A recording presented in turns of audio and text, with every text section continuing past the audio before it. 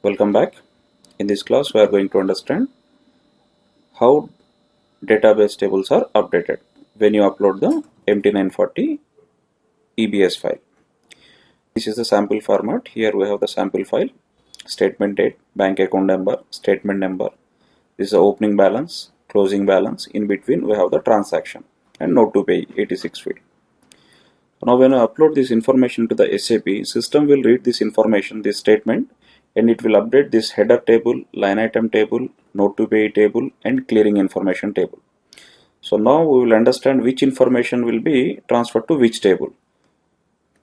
So this information will be moved to the header table. When you upload this EBS file, it will be moved to this one. Now transaction information will be moved to the line item table. This bank reference and note to pay information will be moved to the note to pay information. Clearing information is not updated. This we will understand in next class. Thank you.